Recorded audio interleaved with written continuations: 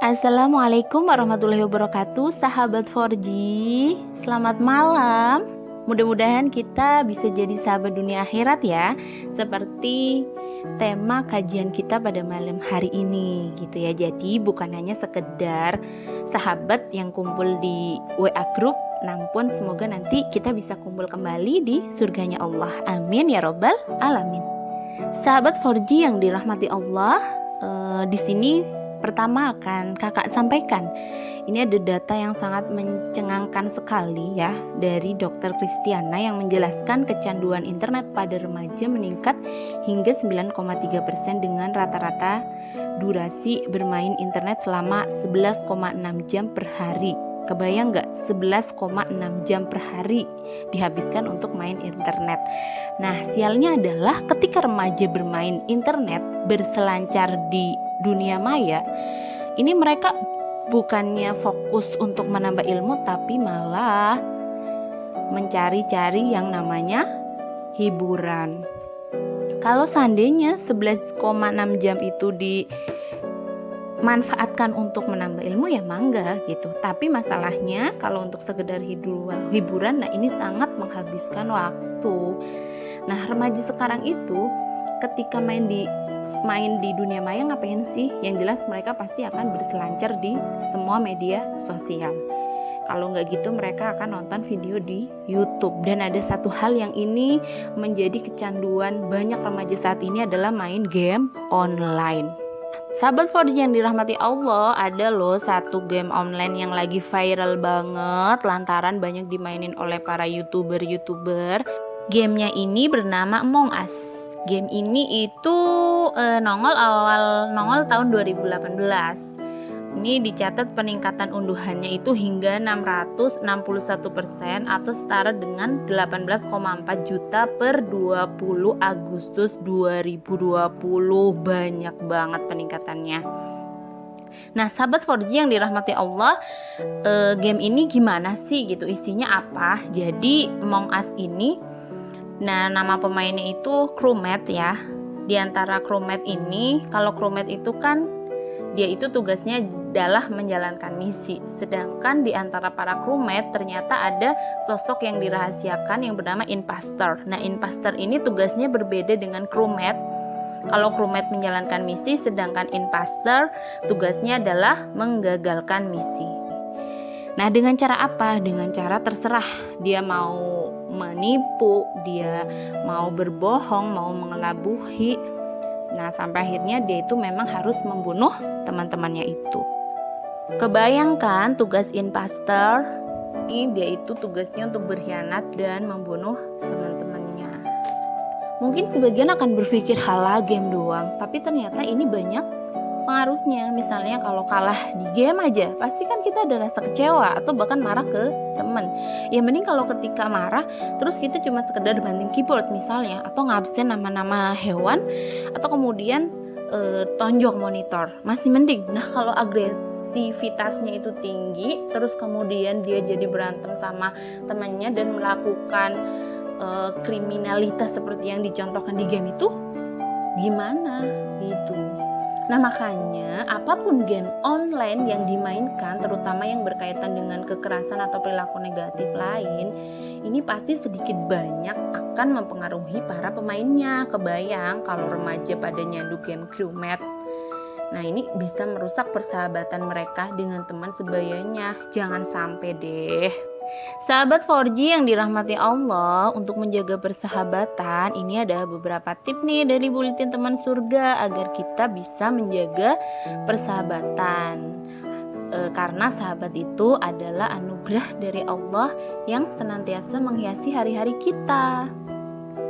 Ternyata ada hal-hal yang gak boleh kita lakukan ke sahabat kita. Nah, ada pula hal-hal yang memang dianjurkan kita lakukan kepada sahabat kita. Oke, kita bahas dari yang pertama ya. Di sini ada hal yang gak boleh dilakukan kepada sahabat kita. Yang pertama adalah prank, alias ngerjain orang. Tujuannya ya hiburan semata. Terus yang sering jadi korban siapa? Teman kita sendiri. Mungkin kita mikirnya, kalau prank itu kayak udah hal yang biasa gitu ya. Padahal dalam Islam prank itu bisa merusak persahabatan kita di hadapan Allah Subhanahu wa taala. Rasulullah Shallallahu alaihi wasallam bersabda, celakalah bagi orang yang berlebihan berdusta hanya karena ingin membuat orang tertawa. Celakalah dia, celakalah dia. Hadis riwayat Ahmad. Yang kedua adalah bully. Ada teman saltum alias salah kostum, langsung dibully. Ada yang salting alias salah tingkah, jadi bahan empuk untuk dibully. Kalau perlu direkam terus diunggah ke sosial media biar netizen sedunia juga bisa ikut ngebully. Tega bener ya sahabat yang seperti itu. Nah padahal bisa jadi teman kita itu gak ridho dan sakit hati. Ya meski teman deket, bukan berarti kita bisa semaunya ngeledek dia dong. Rasulullah Shallallahu alaihi wasallam mengingatkan kita bahwa seorang muslim adalah saudara bagi muslim lainnya. Ia tidak boleh menganiaya, menelantarkannya, mendustakannya, dan menganiayanya. Hadis riwayat Muslim. Yang ketiga adalah berburuk sangka. Teman tiba-tiba deket dengan kita, disangka ada maunya. Gilirannya menjauh, disangka nggak mau temenan lagi. Kalau nggak ngajakin kita, dibilang nggak solider. Emang capek ya kalau punya perasaan buruk sangka pada teman kita, padahal belum tentu persangkaan kita itu benar. Rasulullah Shallallahu alaihi wasallam mengingatkan kita untuk menjauhi prasangka buruk. Jauhilah persangkaan karena sesungguhnya persangkaan itu berita yang paling dusta. Dan janganlah kamu melakukan tahasus, tajasus, saling hasad, saling membelakangi, dan saling benci. Jadilah kalian bersaudara, wahai para hamba Allah. Hadis riwayat Bukhari. Lanjut yang keempat ya, yaitu mendiamkan lebih dari 3 hari. Marah sama teman wajar, ngambek boleh, tapi jangan berlama-lama. Jangan sampai lebih dari 3 hari. Jangan sampai persahabatan kita itu nguap karena amarah kita sendiri. Nah, dari Abi Ayyub Al-Ansori, sesungguhnya Rasulullah Shallallahu alaihi wasallam bersabda, tidak halal seorang muslim mendiamkan saudaranya lebih dari 3 malam di mana keduanya bertemu, lalu yang ini berpaling dan yang itu berpaling. Yang terbaik di antara keduanya ialah orang yang memulai mengucapkan salam. Hadis riwayat Muslim. Terakhir yang kelima adalah mengumbar emosi. Ini yang paling ngeri nih. Kalau emosi udah sampai ubun-ubun, perilaku pasti jadi gak terkendali dong. Nah gak cukup sampai mogok ngomong gitu. Ternyata pas ketemu malah berantem, caci maki. Nah Rasulullah Shallallahu alaihi wasallam bersabda, tidak halal bagi seorang muslim membuat takut muslim yang lainnya. Hadis riwayat Abu Dawud. Sahabat 4G yang dirahmati Allah, itu tadi adalah hal-hal yang gak boleh kita lakukan sama sahabat kita. Nah ini kita lanjut ya, yaitu ke hal-hal yang memang dianjurkan untuk kita lakukan kepada sahabat kita sebagai bentuk rasa syukur kita kepada Allah atas karunia-Nya sahabat-sahabat yang senantiasa menemani hari-hari kita.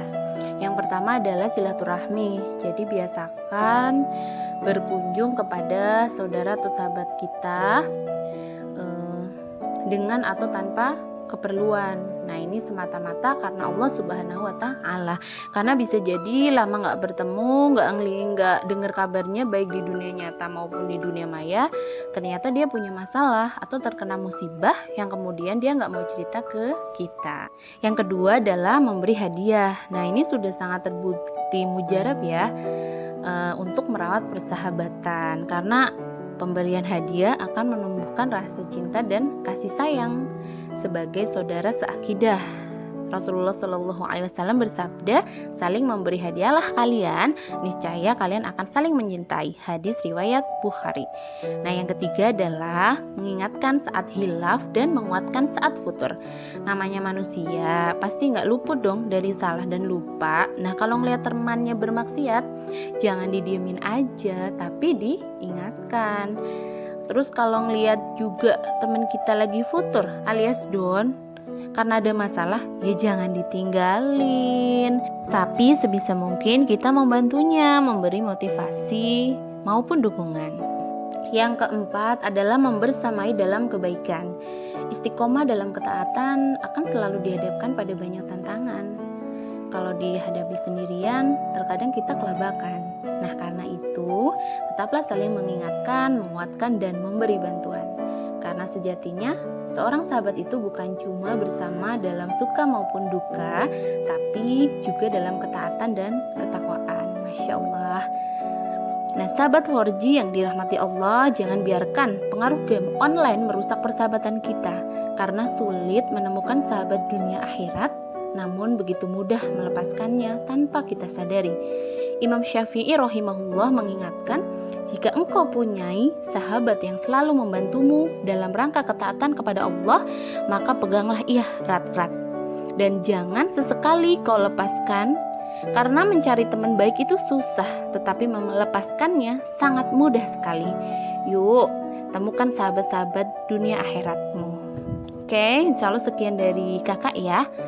Mudah-mudahan ada manfaat yang bisa diambil. Wallahul muwaffiq ila aqwamit thoriq. Wassalamualaikum warahmatullahi wabarakatuh.